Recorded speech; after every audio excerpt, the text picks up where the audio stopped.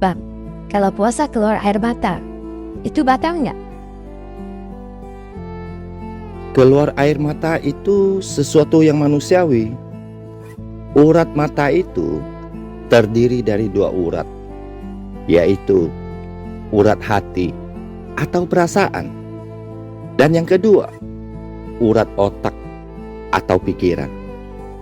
Kesimpulannya, air mata tidak ada hubungannya dengan tenggorokan. Jadi, jawabannya, keluar air mata itu tidak membatalkan puasa. Gitu ya, Bang? Ya, emang kamu kenapa keluar air mata? Terharu ya di bulan suci Ramadan yang penuh berkah ini? Bukan. Terus karena apa? Habis makan nasi Padang. Pedes, Bang.